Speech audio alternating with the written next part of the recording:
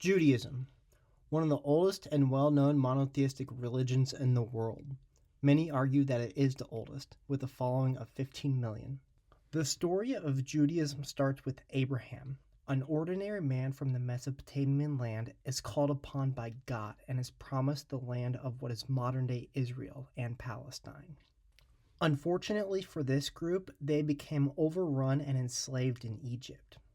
500 years of suffering later, Moses helps the Israelites escape Egypt with God's hand guiding the way.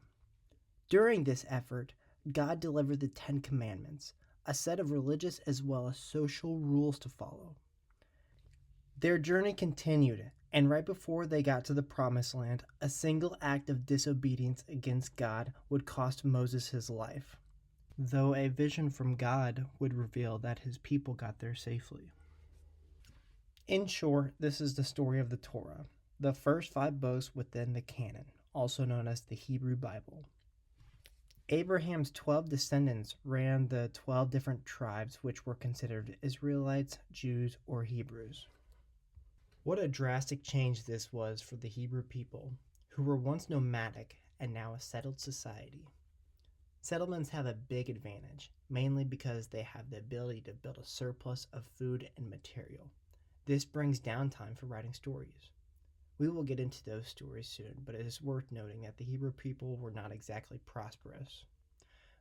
Most of their citizens were either farmers or laborers, though the elites did have it made with trade from travelers. Punishments, however rare they might have been, were very harsh, including stoning, burning, and decapitation. A council of 23 would decide your fate with a majority vote. This form of justice was practiced for 500 years until the Hebrews were conquered by the Babylonians in 586 BCE. The story of Adam and Eve is a human creation story. It centers around the idea that all current humans on Earth are descendants of 2 humans. Adam and Eve were living in the Garden of Eden, a place of harmony with God. They knew no shame, no sense of good or bad. Ignorance was bliss. Then God came down and introduced the tree of knowledge. Testing their loyalty, God tells them not to eat from the tree and preserve their innocence. Unfortunately for Adam and Eve, a talking serpent convinces them to eat from the tree. This exposes them to sin, shame, and largely moral freedom. After this, they also become omnivores. There are 3 main problems with this origin story. 1. All fossil and paleontologist records suggest that humanity evolved from many forms of populations, not 2 people. 2. There are no records that snakes have ever been able to talk as they lack vocal cords. 3. The timeline compared to what science states is way off. Adam and Eve were said to have lived 6,000 years ago, along with dinosaurs. The story of Noah's Ark is an action-packed one, and if you haven't heard it yet, it's worth a listen. About 1,000 years after humans walked the earth, God started to become unhappy. God was unhappy because of the way humans had become. They were warmongers and savages. So God sought after the most righteous man named Noah. He instructs him to build an ark, and not just any ark, an ark that can carry 2 of each animal on it.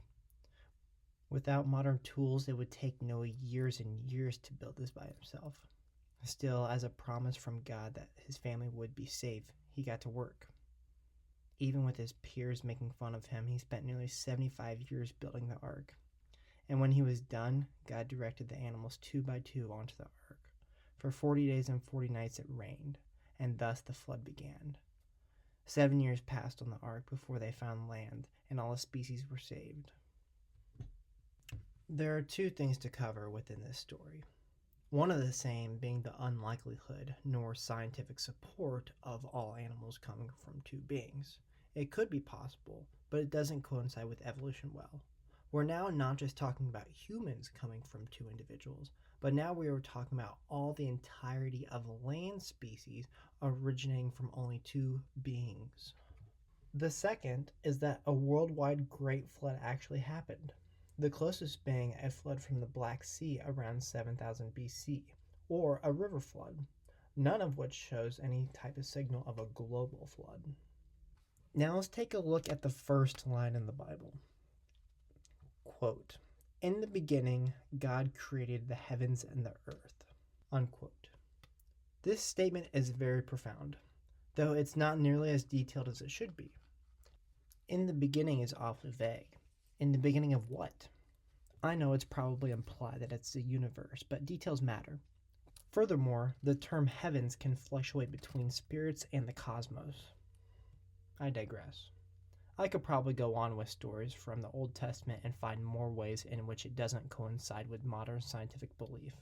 Instead, let's end this segment with a discussion on morals, as this is what a lot of people turn to Scripture for. All these stories might not be all that accurate, but if you can learn a better way to live, it might be useful. This is in fact the case with Judaism. Many religions before it had written morals for common things such as stealing or killing. Judaism was the first religion to suggest that you should love your neighbors just as you love yourself. This, no doubt, played a critical role in the spread of the religion. This is basically a self-advertisement that you will be able to trust who's already in the religion. Now, on the other spectrum of the moral compass, the scripture seems to be very pro-slavery, even telling the reader how to buy and sell slaves and how much they're worth. However, it never explicitly says if slavery is good or bad. Well, that pretty much sums it up. I'm about a 3.5 out of 10 on the belief scale. Let me know what y'all think. Thanks for watching. Bye.